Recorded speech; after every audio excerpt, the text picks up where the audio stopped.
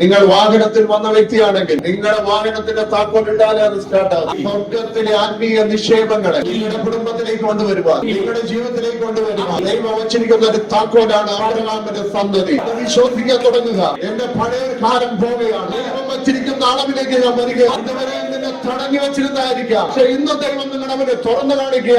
ആരാണെന്ന് തുറന്നു കാണിക്കുക. നീ ഏതിൽ ജീവിക്കണമെന്ന് ദൈവം പറയുക.